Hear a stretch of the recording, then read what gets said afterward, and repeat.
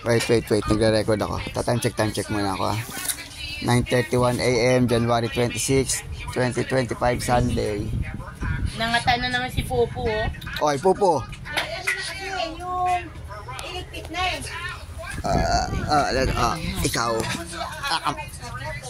Ikaw, nagkakalat ka ng nagkakalat, Popo.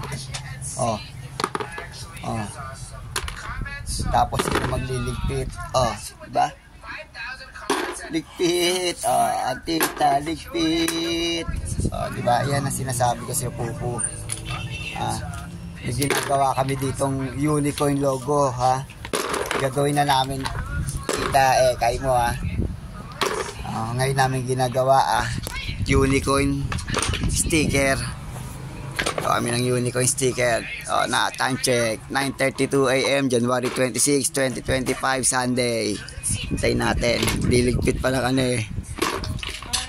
bloke. Trap, movie trap. Pag naapakan mo yung mga yan, sa pultong diabetiko sa paa.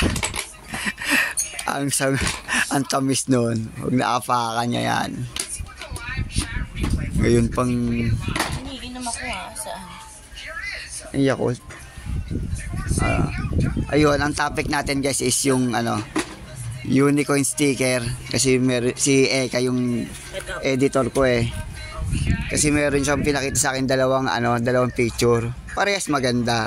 Guys, parehas maganda. Yung isa maganda, yung isa maganda lang. Yung A, yung A na yan, para sa akin maganda na yan sa sticker natin. Kasi yung team parang pang cartoon, pang bata, matanda, no age limit yan, tsaka unisex.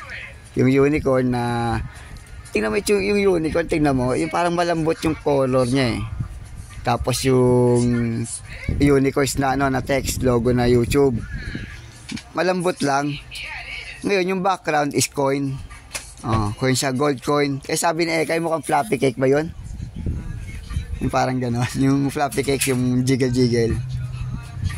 Yun. Tapos yung isa pinakita niya, ganun din yung logo nung unicorn tsaka text. Pero yung gold coin, yung parang matingkad na gold.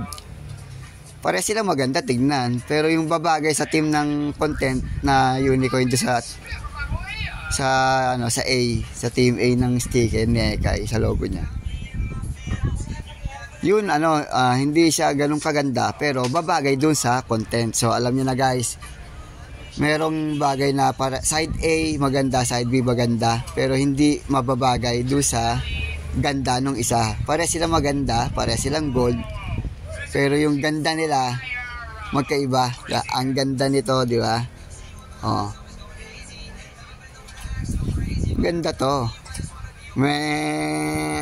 Unicorns po.